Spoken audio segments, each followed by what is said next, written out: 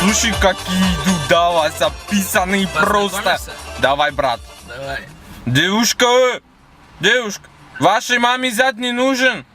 Юрец, ты чё? Не так надо, смотри. Девушки, секунду можно?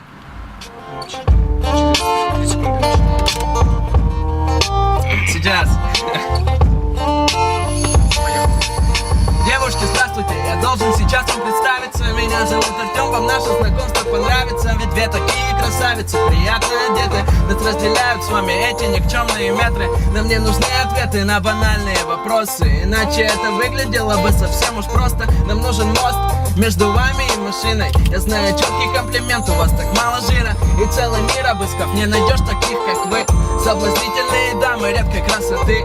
Мы еще на вы, но скоро изменим мышление. Я правда стараюсь, поднимаю настроение. Какие же черты лица, какая фигура. Вы словно памятник, южная архитектура. И даже Юра, который придирчивый парень, сейчас вам скажет: Девушки в порядке. и это не вода, это правдивые строки. И вы меня не бойтесь, не выжму ваши я соки. Вы точно в шоке, и я надеюсь, что приятно. Голова кругом, и ноги становятся ватой. Да я смотрю без мата, вы без слов красноречивы. Я прям ушатан этим взглядом ангельской девы. И все так мило, предлагаю присесть в машину. Все будет хорошо, смотрите на это обширно. Мы можем просто прогуляться или сесть в кафе.